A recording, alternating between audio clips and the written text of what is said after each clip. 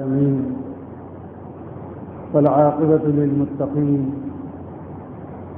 والصلاة والسلام على سيد المرسلين وعلى آله وأصحابه وأزواجه وأتباعه إلى يوم الدين. أما بعد، فأعوذ بالله من الشيطان الرجيم. بسم الله الرحمن الرحيم. إن الساعة لآتية لا ريب فيها ولكن أكثر الناس لا يؤمنون. صدق الله مولانا العزيز العظيم. اللہ رب العزت نے قرآن مقدس کی اس آیت مبارکہ کے اندر اس بات کا اعلان فرمایا ہے اور لوگوں کو متنبہ فرمایا ہے کہ یقیناً قیامت آنے والی ہے، جس کے بارے میں کسی شک اور شبہ کی کوئی گنجائش نہیں ہے، لیکن اکثر لوگ اس کو مانتے نہیں ہیں، اس پر یقین نہیں رکھتے۔ اللہ کے رسول صلی اللہ علیہ وسلم سے جب قیامت کے آنے کے متعلق سوالات کیے گئے تو آپ صلی اللہ علیہ وسلم نے قیامت کے آنے سے پہلے کے حالات اور واقعات اور نشانیاں بیان فرمائیں،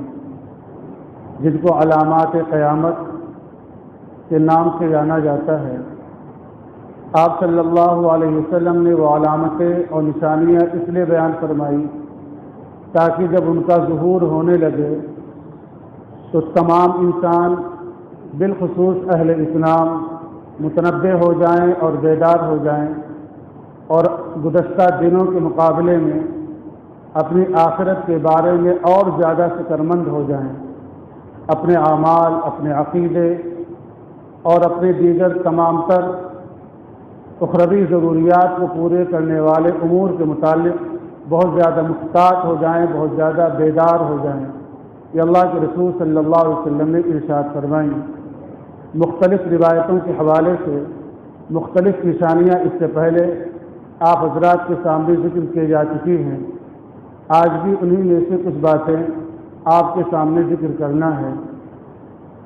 اللہ کے رسول صلی اللہ علیہ وسلم نے ایک روایت کے اندر ارشاد فرمایا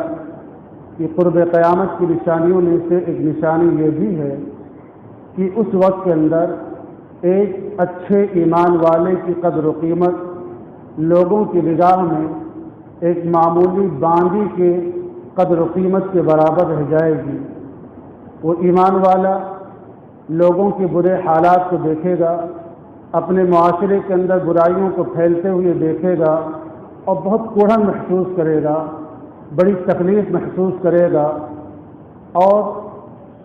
تمام تر کوششوں کے باوجود وہ ان برائیوں کو بدلنے پر قادر نہیں ہو پائے گا اور برائیوں کو تبدیل نہیں کر پائے گا، اور لوگ اس کی بات کو اتنی بھی اہمیت نہیں دیں گے، اس کو معاشرے کے اندر اتنا بھی عزت نہیں دیں گے جتنا ایک باندی کو دی جاتی ہے۔ یہ دور اللہ کے رسول صلی اللہ علیہ وسلم نے ارشاد فرمایا قیامت کے آنے سے پہلے آئے گا۔ سیدنا حضرت سلمان فارسی رضی اللہ تعالیٰ عنہ نے پوچھا، اے اللہ کے رسول کیا ایسا ہوگا؟ آپ صلی اللہ علیہ وسلم نے ارشاد فرمایا والذی نفس محمد بیدہ، قسم ہے اس ذات کی جس کے قبض قدرت میں محمد صلی اللہ علیہ وسلم کی جان ہے، ایسا ضرور ہوگا۔ یہ اللہ کے رسول صلی اللہ علیہ وسلم نے ارشاد فرمایا۔ پھر آگے آپ نے اور قیامت کی نشانیوں کا سلسلہ جاری رکھا۔ آپ نے ارشاد فرمایا دیکھنے کے اندر لوگ ایک صف میں کھڑے ہوں گے، دیکھنے کے اندر لوگ ایک صف میں کھڑے ہوں گے، صفیں لمبی ہوں گی، لوگوں کا اجتماع اور بھیڑ ہوگی، لیکن ان کے دلوں کے اندر بغض اور نفرت ہوگی۔ ان کی زبانیں آپس میں ایک دوسرے کے خلاف سخت تیزی کے ساتھ چلنے والی ہوں گی، یعنی آپس کی مخالفتیں، آپس کے اختلافات انتہائی شباب پر پہنچ جائیں گے کہ جو آپس میں کندھے سے کندھے ملا کر صفوں کے اندر کھڑے ہوتے ہیں، ان کے دلوں کے اندر بھی محبت نہیں رہ جائے گا، ان کے دلوں کے اندر بھی بغض پیدا ہو جائے گا، ان کے دلوں کے اندر بھی نفرت ہوگی، اور ایک دوسرے کے خلاف ان کی زبانیں تیزی کے ساتھ چلیں گی۔ اللہ کے رسول صلی اللہ علیہ وسلم نے قیامت کی نشانیوں میں سے ایک نشانی یہ بھی بیان فرمائی۔ پھر آگے آپ صلی اللہ علیہ وسلم نے سلسلے گفتگو کو دراز کرتے ارشاد فرمایا جب یہ زمانہ آئے گا اور حالات اتنے زیادہ بگڑ جائیں گے مارکیٹ کے اوپر مندی چھا جائے گی، کساد بازاری ہو جائے گی۔ تمام تر کوششوں اور تدبیروں کے باوجود لوگ اس نتیجے تک نہیں پہنچ پائیں گے کہ مارکیٹ کو کیسے بڑھایا جائے، اس کو کیسے ڈیولپ کیا جائے۔ یہ اللہ کے رسول صلی اللہ علیہ وسلم نے اس مندی کو اور گرانی کو، مہنگائی ضرورت سے زیادہ بڑھ جائے گی، لوگوں کو اپنی ضروریات کے پورا کرنے کے سلسلے کے اندر، بلکہ روایت کے اندر تو اللہ کے رسول صلی اللہ علیہ وسلم نے اس طریقے سے ارشاد فرمایا کہ ایک آدمی قبرستان کے پاس سے گزرے گا اور اس قبر پر پہنچنے کے بعد اسی پر الٹ پلٹ کرے گا، یعنی اسی پر لوٹے گا اور کہے گا کاش اس قبر والے کی جگہ پر میں ہوتا، کاش اس قبر والے کی جگہ پر میں ہوتا۔ اور اس کا یہ ایسا کرنا یہ اس کی عادت نہیں تھی کہ وہ جب کبھی قبر کے پاس گزرتا تھا تو ایسے کرتا تھا، یا اس کا یہ کرنا کسی دینی وجہ سے نہیں ہوگا، بلکہ اس کا کرنا کسی دنیوی حالات کی بنا پر ہوں گے۔ مشقتیں اور دشواریاں، زندگیوں کا گزارنا لوگوں کے لیے اتنا مشکل ہو جائے گا کہ ایک آدمی اپنی اضطراب اور بے چینی کا اس انداز سے اظہار فرمائے گا کہ وہ تمنا کرے گا کہ کاش اس کی جگہ پر، اس میت کی جگہ پر، اس قبر والے کی جگہ پر میں ہوتا۔ حالات ایسے مشکل ترین بنا دیے جائیں گے اور اس سے مشکل اوقات آ جائیں گے۔ آپ صلی اللہ علیہ وسلم نے ارشاد فرمایا ایسے زمانے اور ایسے وقت کے اندر بھی لوگ حج کریں گے، لیکن حج کرنے والوں کی حالتیں الگ ہوں گی۔ حکام حج کریں گے پکنک کے ارادے سے، مالدار حج کریں گے کاروبار اور تجارت کی نیت اور ارادے سے، غربا اور ضرورت مند حج کریں گے وہاں پر بھیک مانگنے کے ارادے سے اور وہاں سے کچھ سوالات لے کر اپنی ضروریات کو پورا کرنے کے ارادے سے، علماء اور قرہ حج کریں گے ریاکاری اور دکھلاوے کی وجہ سے۔ مطلب حج جیسی اہم ترین عبادت کو بھی محض ایک دنیاوی شہرت کا ذریعہ بنا لیا جائے گا، دنیا کے حصول کا ذریعہ بنا لیا جائے گا۔ اس زمانے کے اندر صرف اسلام کا نام رہ جائے گا، اسلام کی حقیقت لوگوں کے درمیان سے نکل جائے گی، قرآن پاک کے حروف رہ جائیں گے، قرآن پاک کے احکامات پر عمل کرنے کا جذبہ لوگوں کے دلوں سے نکل جائے گا۔ یہ حالات اللہ کے رسول صلی اللہ علیہ وسلم نے ارشاد فرمایا، یہ حالات ایسے آئیں گے اور ایسے مشکل حالات لوگوں کے اوپر آئیں گے، اس وقت لوگوں کی کیفیات حالات ایسے ہوں گے۔ اس سے پہلے بھی میں نے اس بات کو ذکر کیا تھا، اس روایت کے اندر بھی اللہ کے رسول صلی اللہ علیہ وسلم نے ارشاد فرمایا کہ اس زمانے کے اندر مسجدوں کو خوب سجایا جائے گا، مسجدوں کو خوب مزین کیا جائے گا۔ یہ قیامت سے پہلے کے حالات اللہ کے رسول صلی اللہ علیہ وسلم نے بیان فرمائے۔ ان تمام تر واقعات کو اس سے پہلے بھی میں نے یہ بات کہی تھی، پھر اپنی اس بات کو دہراتا ہوں کہ یہ باتیں جو روایتوں کے اندر ذکر کی گئی ہیں اور روایتوں کے حوالے سے چن کر کے جو آپ کے سامنے ذکر کی جا رہی ہے، صرف معلومات کے لیے نہیں، ایک علمی تفریحات کے لیے نہیں، بلکہ ان چیزوں کو ذہن کے اندر رہ کر کے ہم اپنے گھر کا، اپنے پڑوس کا، اپنے علاقے اور اپنے شہر کا، اپنے ملک کا اور پوری دنیا کے اندر کے حالات کا جائزہ لیں اور اس نتیجے پر پہنچنے کی کوشش کریں کہ آخر ہم اس دنیا کے اندر کس دور اور کس حالات اور کس زمانے کے اندر ہم اپنی زندگی گزار رہے ہیں اور کس دور سے ہم چل رہے ہیں، تاکہ اللہ کے رسول صلی اللہ علیہ وسلم نے جو یہ آگاہی اور بیداری ہمیں اور آپ تک دی تھی اور اس امت کے اہل علم طبقے نے بڑی جاں فشانی کے ساتھ، بڑی مشقتوں، بڑی قربانیوں کے ساتھ ان تمام تر چیزوں کو کتابوں کے اندر ذخیرہ کر کے آج تک بفضلہ تعالی ہمارے اور آپ تک پہنچا دیا ہے، تو اس زمانے کے حالات سے نمٹنے کے لیے، اپنے ایمان اور عقیدے کو بچانے کے لیے، برائیوں سے خود کو بچنے کے لیے اور اپنے متعلقین کو بچانے کے لیے کیا کچھ کوششیں ہم کر سکتے ہیں قرآن و سنت کی روشنی کے اندر، اس پر ہمیں اپنے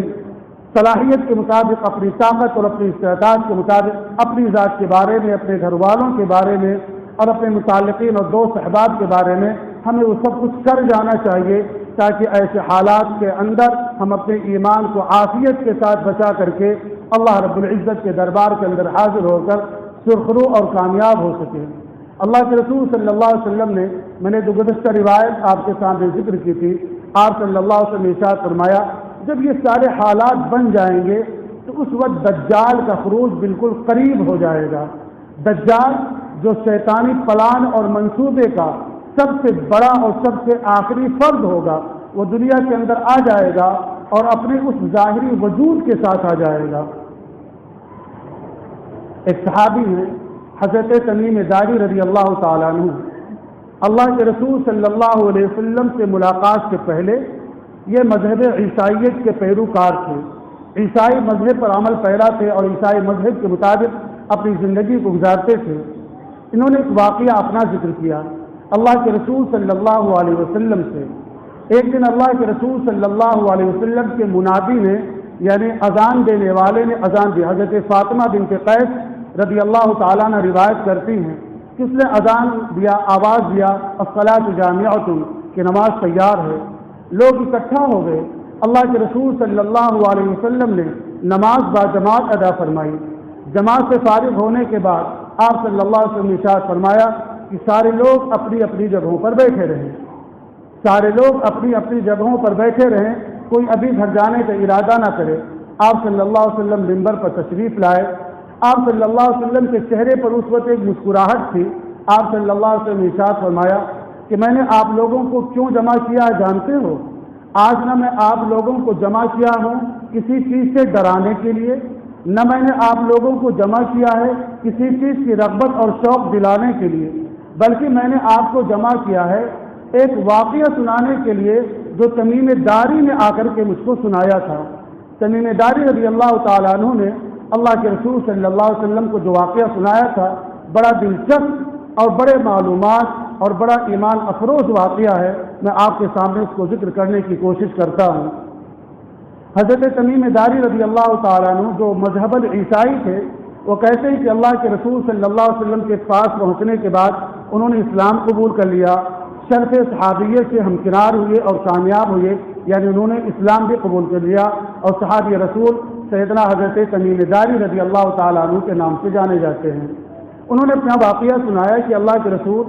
ایک مرتبہ میں اپنے 30 ساتھیوں کے ساتھ ایک کشتی پر سوار ہو کر کے سمندری سفر پر جا رہا تھا کہ ہواؤں نے کچھ ہمارے کشتیوں کو اوپر کچھ حالات ڈالے اور ان ہواؤں کے جھونکے کے اندر آ کر کے میری کشتی تقریباً 1 مہینے تک سمندر کے اندر چلتی رہی، کس رخ چلتی رہی، کدھر چلتی رہی کچھ پتہ نہیں، بلکہ ہواؤں کے بہاؤ سے وہ 1 مہینے تک کشتی سمندر کے اندر چلتی رہی۔ جب مہینے کا آخری دن تھا اور بالکل شام ہونے کو قریب تھی، اس وقت کے اندر ہماری کشتی ایک جزیرے سے جا کر کے لگی، ایک خشکی کے پاس جا کر کے لگی۔ ہم اپنی کشتی سے اپنے ساتھیوں کے ساتھ اترے اور ہم نے کہا چلو اس جزیرے کے اندر خشکی کے اندر دیکھتے ہیں۔ ہم اس جزیرے کے اندر جو داخل ہوئے تو ہم کو ایک شکل دکھائی پڑی جس کے جسم پر بہت بڑے بڑے بال تھے، جس کا اگلا حصہ اور جس کا پچھلا حصہ برابر تھا، یعنی دیکھ کر کے میں اس بات کا اندازہ نہیں لگا سکا کہ اس کے چہرے والا سمت میری طرف ہے یا اس کے پشت والا سمت میری طرف ہے، بڑے بڑے بالوں سے وہ گھرا ہوا تھا۔ میں نے اس سے پوچھا کہ تو کون ہے؟ اس نے کہا انا الجساسہ، میں اس روئے زمین کا سب سے بڑا جاسوس ہوں۔ اس نے اپنا نام یہ بتلایا۔ پھر اس نے پوچھا کہ تم لوگ کون ہو؟ میں نے بتلایا کہ میں عرب سے آنے والا ہوں۔ تو اس نے کہا آپ کو کوئی معلومات یہاں پر نہیں ملے گی، یہ سامنے ایک عمارت دیکھتے ہو، تم ڈائریکٹ اس کے اندر سیدھے چلے جاؤ اور تم کو وہ معلومات مل جائے گی۔ چنانچہ میں اس عمارت کے اندر گیا۔ جب اس عمارت کے اندر گیا تو دیکھا انتہائی جسم و جسمانیت کے اعتبار سے انتہائی کثیر الجثہ، انتہائی طویل قد و قامت والی ایک شخصیت وہاں پر موجود ہے جو انسان نما ہے، جس کو سر سے لے کر پیر تک لوہے کی زنجیروں کے اندر مضبوطی کے ساتھ جکڑ دیا گیا ہے۔ حضرت تمیم داری کہتے ہیں کہ میں داخل ہوتے ہو میں نے پوچھا کہ تو کون؟ اس نے الٹ کر مجھ سے سوال کیا پہلے یہ بتلاؤ تم کون؟ حضرت تمیم داری کہتے ہیں کہ میں نے بتلایا تو اس نے کہا اچھا تم ان ان پڑھوں کے علاقے سے آئے ہو،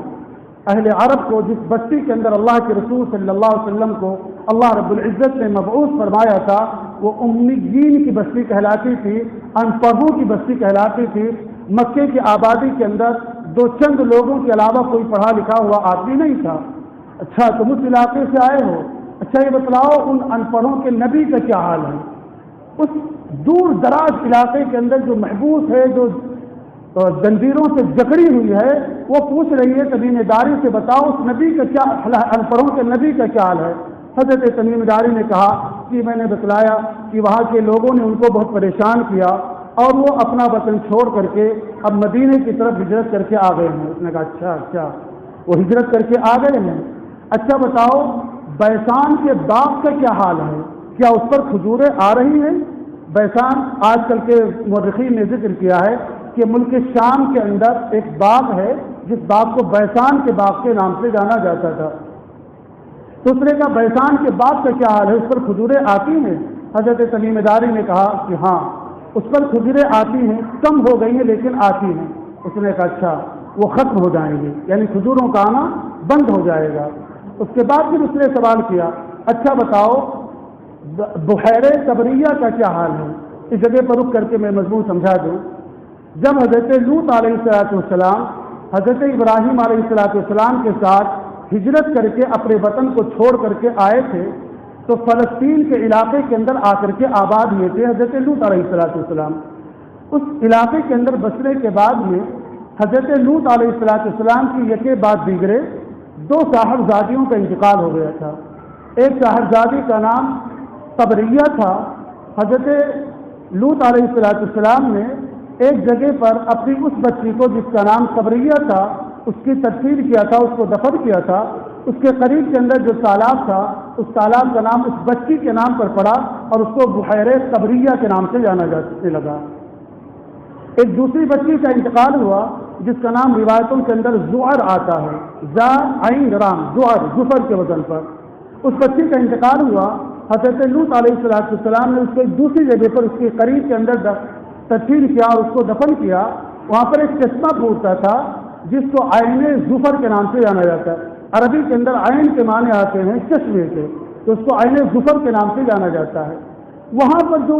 بیڑیوں کے اندر اور زنجیروں کے اندر جکڑا تھا اس نے حضرت تمیم داری سے پوچھا اچھا اس بحیرہ طبریہ کا کیا حال ہے، کیا اس کے اندر ابھی پانی ہے، لوگ اس پانی کے ذریعے سے اپنی کھیتیوں کے سیراب کرتے ہیں؟ حضرت تمیم داری نے فرمایا ہاں پانی تو کم ہے، کچھ کم ہو گیا ہے لیکن ابھی پانی ہے۔ اس نے کہا جلد ختم ہو جائے گا، وہ بھی جلدی ختم ہو جائے گا۔ اس کے بعد اس نے دوسرے چشمے کا عین زعر کے بارے میں پوچھا کہ اس کا کیا حال ہے، کیا اس کے اندر پانی ہے؟ حضرت تمیم داری نے فرمایا ہاں ہے، کچھ کم تو ہو گیا لیکن ابھی ہے۔ اس نے کہا وہ بھی بہت جلد ختم ہو جائے گا۔ یہ حضرت تمیم داری کے درمیان اور اس کے درمیان اللہ کے رسول صلی اللہ علیہ وسلم کی حیات کے اندر یہ تمیم داری کا یہ واقعہ پیش آیا، اس سے ملاقات کا۔ ابھی حضرت تمیم داری کی اللہ کے رسول صلی اللہ علیہ وسلم سے ملاقات نہیں ہوئی تھی، ابھی مذہب عیسائیت پر ہیں۔ یہ وہاں پر گفتگو ہوئی اور حضرت تمیم داری نے اس سے یہ سوال جواب پوچھا۔ پھر حضرت تمیم داری نے پوچھا اچھا تو یہ تو بتلا کب ہے؟ اس نے کہا جب یہ سب ہو جائے گا اس وقت میں باہر نکلوں گا اور مجھے آزادی ملے گی، تب میں بتلاؤں گا کہ میں کون ہوں۔ جب یہ حالات ہو جائیں گے اور مجھے آزادی ملے گی، جب میں یہاں سے نکلوں گا اس وقت میں بتلاؤں گا کہ میں کون ہوں۔ حضرت تمیم داری وہاں سے واپس آئے اور اللہ کے رسول صلی اللہ علیہ وسلم کی خدمت میں حاضر ہوئے اور اپنا یہ پورا واقعہ اللہ کے رسول صلی اللہ علیہ وسلم سے حضرت تمیم داری رضی اللہ تعالیٰ عنہ نے سنایا۔ اس روایت سے ذکر کرنے کا منشا اور مقصد یہ ہے کہ دجال کے بارے میں اور قرب قیامت کی نشانیوں کے بارے میں اللہ کے رسول صلی اللہ علیہ وسلم نے جو آگاہی دی ہے، اس سے پہلے میں اس روایت کو ذکر کر چکا ہوں کہ جتنے نبی اس دنیا کے اندر آئے ہر نبی نے اپنی قوم کو فتنہ دجال اور دجال کے شر سے ضرور ڈرایا اور آگاہ کیا۔ اللہ کے رسول صلی اللہ علیہ وسلم نے آ کر اپنی قوم اور اپنی امت کو بھی اس سے آگاہ کیا اور اس سے ڈرایا، اور آپ صلی اللہ علیہ وسلم نے یہاں تک ارشاد فرمایا کہ میں اس کے بارے میں اب تم کو وہ کلیئر علامتیں بتلاتا ہوں جو گزشتہ نبیوں نے اپنی قوموں کو نہیں بتلایا تھا۔ اس کا مطلب یہ ہوا کہ اللہ کے رسول صلی اللہ علیہ وسلم کی امت کے دور کے اندر ہی یہ دجال کا فتنہ وجود کے اندر آئے گا اور دجال ظہور کے اندر آئے گا۔ یہ علامتیں یہ نشانیاں جب پوری ہو جائیں گی اور جو قریب ہوتی جائیں گی دجال کا ظہور قریب ہوگا۔ شاید کچھ لوگوں کے ذہن کے اندر یہ بات آ رہی ہوگی دجال آئے گا تو ہمارے اوپر فتنہ کیسے ہوگا؟ میں چند باتیں اس وقت بھی آپ کو سمجھا دیتا ہوں تاکہ آپ اس فتنے سے پناہ مانگنے کے عادی بنیں۔ اللہ کے رسول صلی اللہ علیہ وسلم کا معمول مبارک تھا کہ آپ فتنے دجال سے بکثرت پناہ مانگا کرتے تھے۔ اللہ کے رسول صلی اللہ علیہ وسلم فتنے دجال سے بکثرت پناہ مانگا کرتے تھے۔ اللہم انی اعوذ بک من فتنۃ الدجال اے اللہ میں آپ کی پناہ لیتا ہوں فتنہ دجال سے کہ اس فتنے کے اندر مجھے مبتلا کیا جائے۔ ظاہر سی بات ہے جب اللہ کے رسول صلی اللہ علیہ وسلم کی وہ شخصیت جو آپ کے علم کے اندر وہ ذہن کے اندر رکھی ہے، آپ صلی اللہ علیہ وسلم نے جب دجال سے پناہ مانگی ہے تو ہمیں اور آپ کو اس سے اور اس کے فتنے سے کس قدر پناہ مانگنے کی اور کس قدر ڈرنے کی ضرورت ہے۔ بعض روایتوں کے اندر آتا ہے کہ جب دجال کے آمد کا وقت بالکل قریب ہو جائے گا تو دنیا کے حالات کچھ اس انداز پر بدلیں گے کہ بارش رک جائے گی، زمین اپنے پیداوار کو روک لے گی۔ کچھ سال ایسا ہی چلے گا کہ بارش آدھی ادھوری ہوگی، پیداوار آدھی ادھوری ہوگی۔ اس کے بعد کے اندر پھر 1/3 بارش رک جائے گی اور 1/3 پیداوار رک جائے گی، اور اس کے بعد مکمل بارش روک دی جائے گی اور مکمل پیداوار بند ہو جائے گی۔ لوگ ایسے سخت قحط سالی کے اندر ہوں گے کہ ان کے جانوروں کے گوشت اور چربیاں سوکھ چکی ہوں گی، لوگ جھاڑ اور پتے کھانے پر مجبور ہو چکے ہوں گے، یعنی کھانے پینے کی اشیاء کی سخت کمی ہو چکی ہوگی۔ ایسے دور کے اندر جب کھانے پینے کی غذا کے حاصل کرنے کا، اس کے پیدا کرنے کے کوئی چیز لوگوں کے پاس نہیں رہ جائے گی، ایسے دور کے اندر دجال ظہور کے اندر آئے گا اور وہ آئے گا، اور وہ آ کر کے میں نے گزشتہ جو باتیں کہی تھی آپ اس کو ذہن کے اندر رکھیں، وہ آنے کے بعد میں اس دنیا کے اوپر اپنا رول کرے گا، اپنی حکومت کرے گا۔ جو اس کی الوہیت کو تسلیم کرے گا اس کو وہ مالا مال کر دے گا،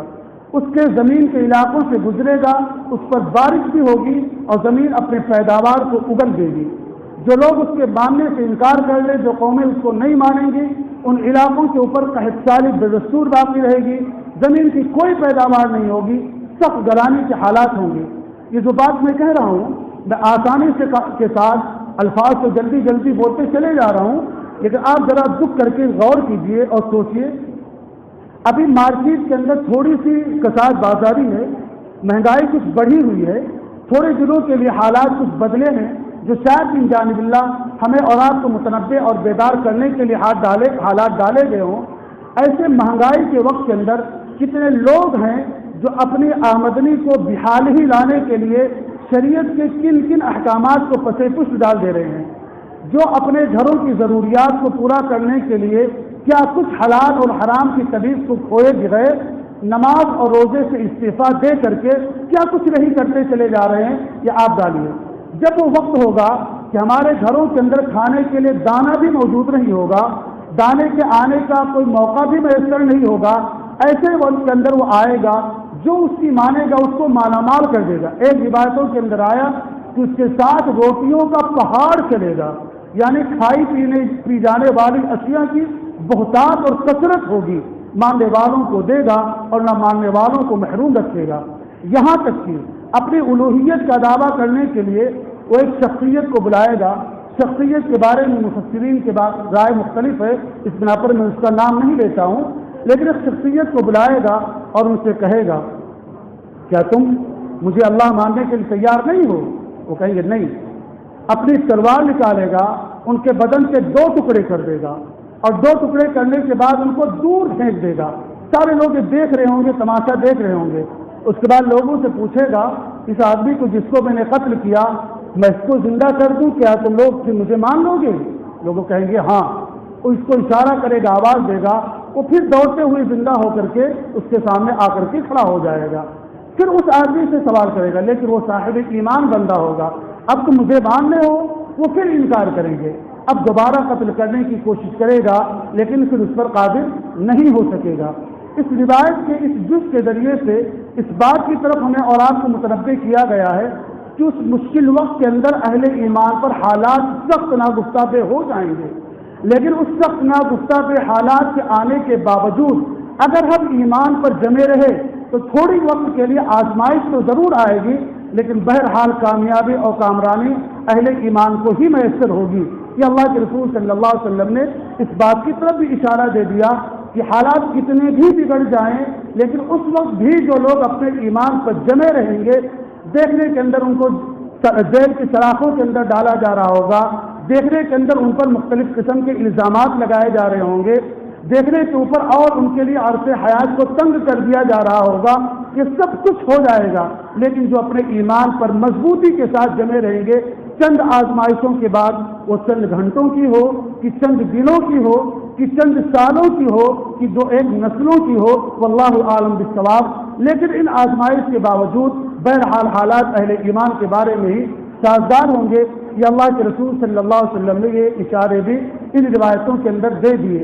اب ان تمام تر چیزوں کو دیکھنے کے بعد میں اب ہمیں اور آپ کو اپنا تجزیہ اور اپنا جائزہ لینے کی سخت ضرورت ہے کہ جن حالات کے اندر ہم گزر رہے ہیں، آج ہمارے ایمان کی جو کیفیات ہیں،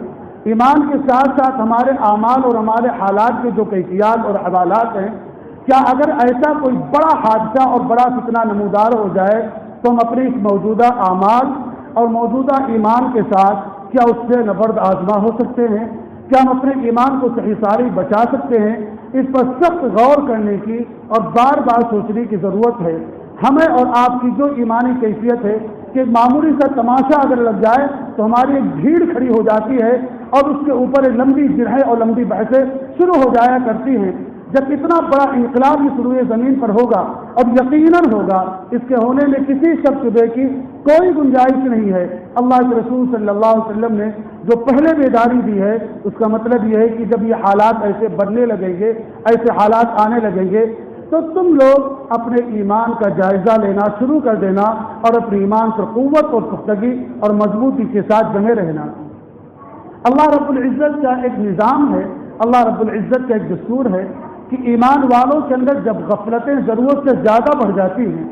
اور ایمانی تقاضے جب ان کے اندر سے رخصت ہونے لگتے ہیں، ایمان کی قدر و قیمت ان کے دلوں سے رخصت ہونے لگتی ہے، تو اللہ رب العزت ایمان کی قدر و قیمت کو سمجھانے کے لیے، ایمان کے تقاضوں کی طرف ان کو راغب کرنے کے لیے اب امن کے حالات کو کچھ آزمائش کے حالات سے تبدیل کرتا ہے۔ یہ اللہ رب العزت کا ایک نظام رہا ہے، اللہ رب العزت کا ایک دستور رہا ہے۔ اس بنا پر اس زمانے کے علماء کی ذمہ داری ہوتی ہے کہ قوم کے لوگوں کو اس بارے میں آگاہ کریں کہ دیکھیں جو حالات ہمارے سامنے آ رہے ہیں یا جو بظاہر دکھائی پڑ رہے ہیں کہ حالات ایسے بننے والے ہیں، اس وقت ہمیں اور آپ کو گھبرانے کی ضرورت نہیں ہے، بلکہ اس وقت ہمیں اور آپ کو اللہ کے رسول صلی اللہ علیہ وسلم کی باتوں پر مزید اور یقین کرتے ہوئے، ابھی تو ہم کتابوں میں پڑھتے تھے، ابھی سنتے تھے اور یقین رکھتے تھے، اب تو ہم اپنی آنکھوں سے دیکھ رہے ہیں ان تمام تر چیزوں کو ہوتے ہوئے جس کو اللہ کے رسول صلی اللہ علیہ وسلم نے بتلایا تھا، تو ہمیں اور زیادہ یقین ہو جانا چاہیے کہ آپ صلی اللہ علیہ وسلم نے جو بتلایا ہے وہ بالکل برحق اور یقینی ہے۔ اور ان آزمائش اور ان حالات سے نمٹنے کے لیے ایمان کی طاقت و قوت سب سے اہم اور بنیادی چیز ہے۔ لہٰذا ہم اپنے ایمان کی قوت کو بڑھانے کے لیے، ایمانی تقاضوں کے مطابق اپنے اعمال کو ڈھالنے کے لیے، گناہوں اور معصیتوں اور نافرمانیوں سے اپنے آپ کو بچانے کے لیے،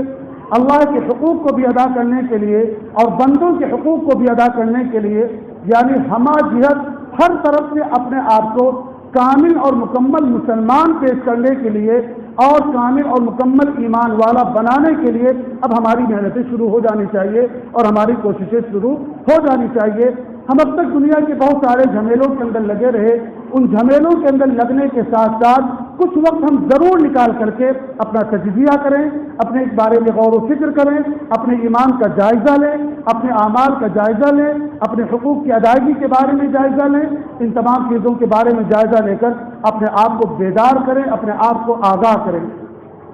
جیسا ماحول دنیا کا بنا دیا گیا ہے، اس ماحول کے اندر وہ قومیں تو وہ ہیں جو مسیح دجال کے استقبال کے لیے بے چین ہیں، وہ ایسا دیکھ رہی ہیں کہ ہمارا اسٹیج تقریباً سجدے کے قریب ہے، اب ہمارا یہ مہمان مسیح دجال بالکل آنا ہی چاہ رہا ہے، وہ استقبال کے لیے تیار ہے۔ لیکن دوسرا سخت ناگواری کا جو پہلو ہے کہ ہم مسلمان اتنے بڑے حادثے ہونے کی تیاریوں اور پلان کے باوجود ابھی اپنے خواب غفلت کے اندر ہم مدہوش ہیں، ہماری آنکھیں نہیں کھل رہی ہیں۔ یہ نقصان دہ پہلو ہمارے لیے ہے۔ اگر اس غفلت کو ہم دور کر دیں تو حالات سے نمٹنے کے اندر اللہ کی مدد ہمارے ساتھ ہوگی، کوئی مشکلات اور کوئی دشواری نہیں ہوگی۔